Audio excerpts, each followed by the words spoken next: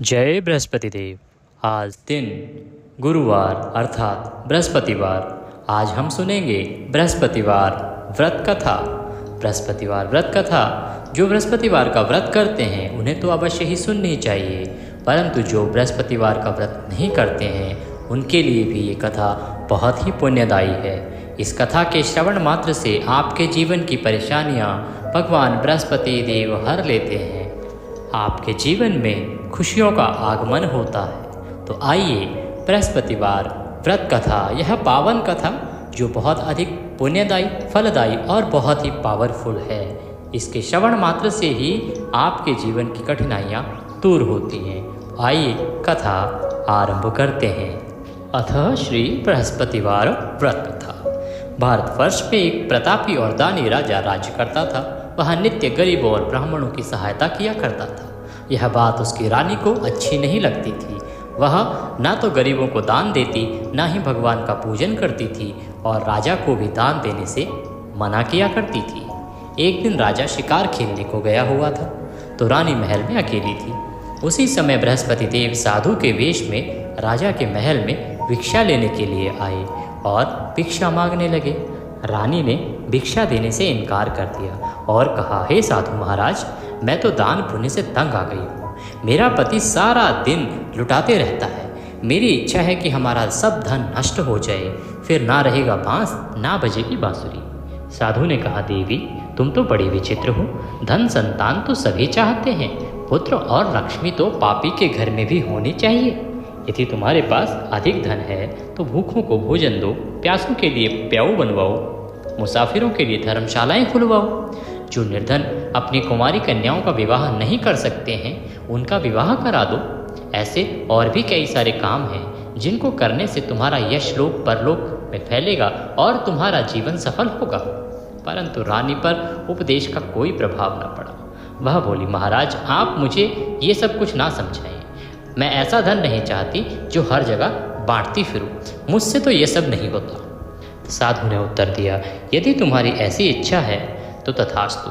तुम ऐसा करना कि बृहस्पतिवार को घर लीपकर पीली मिट्टी से अपना सिर धोकर स्नान करना, भट्टी चढ़ाकर कपड़े धोना और अपने बाल कटवाना। ऐसा करने से आपका सारा धन नष्ट हो जाएगा। इतना कहकर वह साधु महाराज वहाँ से आलोप हो गए, अंतर्ध्यान हो गए। साधु के अनुसार कही गई बातों को पूरा करते हुए रानी को केवल 3 बृहस्पतिवार ही बीते थे कि उसकी समस्त धन संपत्ति नष्ट हो गई। भोजन के लिए राजा का परिवार तरसने लग गया। तब एक दिन राजा ने रानी से बोला कि हे रानी, तुम यहीं रहो, मैं दूसरे देश को जाता हूँ, क्योंकि यहाँ पर सभी लोग मुझे जानते हैं, इसीलिए मैं कोई छोटा कार्य नहीं कर सकता। ऐसा कहकर राजा परदेश को चला गया। वहाँ पर जंगल से लकड़ी काट कर लाता और शहर में बेचता। इस तरह वह अपना जीवन व्यतीत करने लगा। इधर राजा के परदेश जाते ही रानी और दासी दुखी रहने लगी। एक बार जब रानी और दासी को 7 दिन तक भोजन नहीं मिला तो रानी ने अपनी दासी से कहा, हे दासी, पास ही के नगर में मेरी बहन रहती है, वह बड़ी धनवान है, तो उसके पास जा और कुछ ले आ ताकि थोड़ी बहुत गुजर बसर हो सके। दासी रानी की बहन के पास गई। उस दिन गुरुवार का दिन था और रानी की बहन उस समय बृहस्पति देव की कथा सुन रही थी। दासी ने रानी की बहन को अपनी रानी का संदेश दिया, लेकिन रानी की बड़ी बहन ने कोई उत्तर नहीं दिया। जब दासी को रानी की बड़ी बहन से कोई उत्तर नहीं मिला तो वह बहुत दुखी हुई और उसे क्रोध भी आया। दासी के पास वापस आकर रानी को सारी बात बता दी। सुनकर रानी ने अपने भाग्य को कोसा। उधर रानी की बहन ने सोचा कि मेरी बड़ी बहन की दासी आई थी, परंतु मैं उससे बोली नहीं, इससे वह बहुत दुखी हुई होगी। कथा सुनकर और बृहस्पति देव का पूजन समाप्त करके वह अपनी बहन के घर आई और कहने लगी, हे बहन, मैं बृहस्पतिवार का व्रत कर रही थी। तुम्हारी दासी मेरे घर आई थी, परंतु जब तक कथा होती है तब तक ना तो उठते हैं और ना ही बोलते हैं, इसीलिए मैं नहीं बोली। कहो दासी क्यों गई थी? रानी बोली, बहन तुमसे क्या छुपाऊँ, हमारे घर में खाने तक को अनाज नहीं था। ऐसा कहते कहते रानी की आंखें भर आई। उसकी आंखों से आंसू निकलने लगे।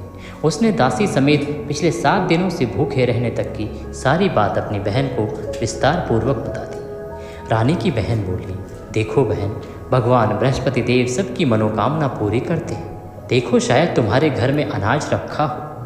पहले तो रानी को विश्वास नहीं हुआ, पर बहन के आग्रह करने पर उसने अपनी दासी को अंदर भेजा तो उसे सचमुच अनाज से भरा एक घड़ा मिला।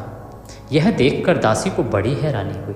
दासी रानी से कहने लगी, हे रानी, जब हमको भोजन नहीं मिलता तो हम व्रत ही तो करते हैं, इसीलिए क्यों ना इनसे व्रत और कथा की विधि पूछ ली जाए ताकि हम भी व्रत कर सकें।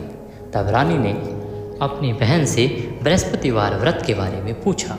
उसकी बहन ने बताया, बृहस्पतिवार के व्रत में चने की दाल और मुनक्का से विष्णु भगवान का केले की जड़ में पूजन करें तथा दीपक जलाएं, व्रत कथा सुने और पीला भोजन ही ग्रहण करें। इससे बृहस्पति देव प्रसन्न होते हैं। व्रत और पूजन की विधि बताकर रानी की बहन अपने घर को लौट गई। 7 दिन बाद जब गुरुवार का दिन आया तो रानी और दासी ने व्रत रखा। गुड़साल में जाकर चना और गुड़ लेकर आई, फिर उससे केले की जड़ तथा विष्णु भगवान का पूजन किया। अब पीला भोजन कहाँ से आए, इस बात को लेकर दोनों बहुत दुखी थे, क्योंकि उनके घर में तो कुछ खाने को होता ही नहीं था। चूँकि उन्होंने व्रत रखा था, इसीलिए बृहस्पति देव उनसे प्रसन्न थे। इसलिए वे एक साधारण व्यक्ति का रूप धारण कर 2 थालों में सुंदर पीला भोजन दासी को दे गए। भोजन पाकर दासी प्रसन्न हुई, फिर रानी के साथ मिलकर भोजन ग्रहण किया। उसके बाद वे सभी गुरुवार को व्रत और पूजन करने लगे। बृहस्पति भगवान की कृपा से उनके पास फिर से धन संपत्ति आ गई, परंतु रानी फिर से पहले की तरह आलस्य करने लगी। तब दासी बोली, देखो रानी, तुम पहले भी इस प्रकार आलस्य करती थी, तुम्हें धन रखने में कष्ट होता था, इस कारण सभी धन नष्ट हो गया, और अब जब भगवान बृहस्पति देव की कृपा से धन मिला है तो तुम्हें फिर से आलस्य होता है। यह ठीक नहीं है। रानी को समझाते हुए दासी कहती है कि बड़ी मुसीबतों के बाद हमने यह धन पाया है, इसीलिए हमें दान पुण्य करना चाहिए, भूखे मनुष्यों को भोजन कराना चाहिए और धन को शुभ कार्यों में खर्च करना चाहिए, जिससे तुम्हारे कुल का यश बढ़ेगा, स्वर्ग की प्राप्ति होगी और पितृ प्रसन्न होंगे। दासी की बात मानकर रानी अपना धन शुभ कार्यों में खर्च करने लगी, जिससे पूरे नगर में उसका यश फैलने लगा। कथा को आगे बढ़ाएं इससे पहले आपसे निवेदन है कि कृपया कमेंट बॉक्स में जय बृहस्पति देव लिखना ना भूलें। भगवान बृहस्पति प्रसन्न होंगे और अवश्य ही आपकी मनोकामना पूर्ण करेंगे। वीडियो को लाइक अवश्य करें। आइए कथा को आगे बढ़ाते हैं। एक दिन राजा दुखी होकर जंगल में एक पेड़ के नीचे आसन जमाकर बैठ गया। वह अपनी दशा को याद करके व्याकुल होने लगा। बृहस्पतिवार का दिन था। एकाएक उसने देखा कि निर्जन वन में एक साधु प्रकट हुए। वह साधु वेश में स्वयं बृहस्पति देव थे। लकड़हारे के सामने आकर बोले, हे लकड़हारे, इस सुनसान जंगल में तू चिंतामग्न क्यों बैठा है? लकड़हारे ने दोनों हाथ जोड़कर प्रणाम किया और उत्तर दिया, महात्मा जी, आप सब कुछ जानते हैं, मैं क्या हूँ, मैं क्या कहूँ, यह कहकर रोने लगा और साधु को अपनी सारी आत्मकथा सुनाई। महात्मा जी ने कहा, तुम्हारी स्त्री ने बृहस्पति के दिन बृहस्पति भगवान का निरादर किया, जिसके कारण तुम्हें उनके रुष्ट होने की वजह से तुम्हारी यह दशा हुई है। अब तुम चिंता को दूर करके मेरे कहने पर चलो तो तुम्हारे सब कष्ट दूर हो जाएंगे और भगवान पहले से अधिक संपत्ति देंगे। तुम बृहस्पतिवार के दिन कथा किया करो, 2 पैसे के चने मुनक्का लाकर उसका प्रसाद बनाओ और शुद्ध जल से लोटे में शक्कर मिलाकर अमृत तैयार करो। कथा के पश्चात अपने सारे परिवार और सुनने वाले प्रेमियों में अमृत व प्रसाद बांटकर आप भी ग्रहण करो। ऐसा करने से भगवान तुम्हारी सब मनोकामनाएं पूरी करेंगे। साधु के ऐसे वचन सुनकर लकड़हारा बोला, हे प्रभु, मुझे लकड़ी बेचकर इतना पैसा नहीं मिलता जिससे भोजन के उपरांत कुछ बचा सकूं। मैंने रात्रि में अपनी स्त्री को व्याकुल देखा है, मेरे पास कुछ भी नहीं है जिससे मैं उसकी खबर मंगा सकूं। साधु ने कहा, हे लकड़हारे, तुम किसी बात की चिंता मत करो। बृहस्पति के दिन तुम रोजाना की तरह लकड़ियां लेकर शहर को जाओ, तुमको रोज से 2 धन प्राप्त होगा, जिससे तुम भली भांति भोजन कर लोगे तथा बृहस्पति देव की पूजा का सामान भी आ जाएगा। इतना कहकर साधु अंतर्ध्यान हो गए। धीरे धीरे समय व्यतीत होने पर फिर वही बृहस्पतिवार का दिन आया। लकड़हारा जंगल से लकड़ी काटकर किसी शहर में बेचने को गया। उसे उस दिन और दिन से अधिक पैसा मिला। राजा ने चना गुड़ आदि लेकर गुरुवार का व्रत किया। उस दिन से उसके सभी क्लेश दूर हुए। परंतु जब दोबारा गुरुवार का दिन आया तो बृहस्पतिवार का व्रत करना भूल गया। इसके कारण बृहस्पति भगवान नाराज हो गए। उस दिन उस नगर के राजा ने विशाल यज्ञ का आयोजन किया था। शहर में यह घोषणा करा दी गई कि कोई भी मनुष्य अपने घर में भोजन ना बनावे, ना आग जलावे, समस्त जनता मेरे यहाँ भोजन करने को आवे। इस आज्ञा को जो ना माने उसे फांसी की सजा दी जाएगी। इस तरह की घोषणा संपूर्ण नगर में करवा दी गई। राजा की आज्ञा अनुसार शहर के सभी लोग भोजन करने गए, लेकिन लकड़हारा कुछ देर से पहुंचा, इसीलिए राजा उसको अपने साथ घर लिवा ले गए और ले जाकर भोजन करा रहे थे तो रानी की दृष्टि उस खूंटी पर पड़ी जिस पर उसका हार लटका हुआ था। वह वहाँ पर दिखाई नहीं दिया। रानी ने निश्चय किया कि मेरा हार इस मनुष्य ने चुरा लिया है। उसी समय सिपाहियों को बुलाकर उसको कारागार में डलवा दिया। जब लकड़हारा कारागार में पड़ गया और बहुत दुखी होकर विचार करने लगा कि ना जाने कौन से पूर्व जन्म के कर्म से मुझे यह दुख प्राप्त हुआ है, और उसी साधु को याद करने लगा जो कि जंगल में मिला था। उसी समय तत्काल बृहस्पति देव साधु के रूप में प्रकट हुए। उसकी दशा को देखकर कहने लगे, अरे मूर्ख, तूने बृहस्पति देव की कथा नहीं सुनी, नहीं करी, इस कारण तुझे दुख प्राप्त हुआ है। अब चिंता मत कर, बृहस्पतिवार के दिन कारागार के दरवाजे पर 4 पैसे पड़े मिलेंगे, उनसे तू बृहस्पति देव की पूजा करना, तेरे सभी कष्ट दूर हो जाएंगे। बृहस्पति के दिन उसे 4 पैसे मिले। लकड़हारे ने कथा कही और उसी रात्रि को बृहस्पति देव ने उस नगर के राजा को स्वप्न में कहा, हे राजा, तूने जिस आदमी को कारागार में बंद कर दिया है वह निर्दोष है, वह राजा है, उसे छोड़ देना। रानी का हार उसी खूंटी पर लटका है, अगर तू ऐसा नहीं करेगा तो मैं तेरे राज्य को नष्ट कर दूंगा। इस तरह रात्रि के स्वप्न को देखकर राजा प्रातः काल उठा और खूंटी पर हार देखकर लकड़हारे को बुलाकर क्षमा मांगी तथा लकड़हारे को योग्य सुंदर वस्त्र आभूषण देकर विदा किया। बृहस्पति देव की आज्ञानुसार लकड़हारा अपने नगर को चल दिया। राजा जब अपने नगर के निकट पहुंचा तो उसे बड़ा आश्चर्य हो। नगर में पहले से अधिक बाग, तालाब, कुएं, बहुत सी धर्मशाला, मंदिर आदि बन गए थे। राजा ने पूछा, यह किसका बाग और धर्मशाला है? तब नगर के सब लोग कहने लगे, यह सब रानी और बांदी के हैं। तो राजा को आश्चर्य हुआ और गुस्सा भी आया। जब रानी ने यह खबर सुनी कि राजा आ रहे हैं तो उन्होंने बांदी से कहा कि हे दासी, देख, राजा हमको कितनी बुरी हालत में छोड़ गए थे। हमारी ऐसी हालत देखकर वह लौट ना जाएं, इसीलिए तू दरवाजे पर खड़ी हो जा। आज्ञा अनुसार दासी दरवाजे पर खड़ी हो गई। राजा आए तो उन्हें अपने साथ लिवा लाई। तब राजा ने क्रोध करके अपनी रानी से पूछा कि यह धन तुम्हें कैसे प्राप्त हुआ? तब उन्होंने कहा, हमें यह सब धन बृहस्पति देव के इस व्रत के प्रभाव से प्राप्त हुआ है। राजा ने निश्चय किया कि 7 रोज बाद तो सभी बृहस्पति देव का पूजन करते हैं, परंतु मैं प्रतिदिन दिन में 3 बार कहानी तथा रोज व्रत किया करूँगा।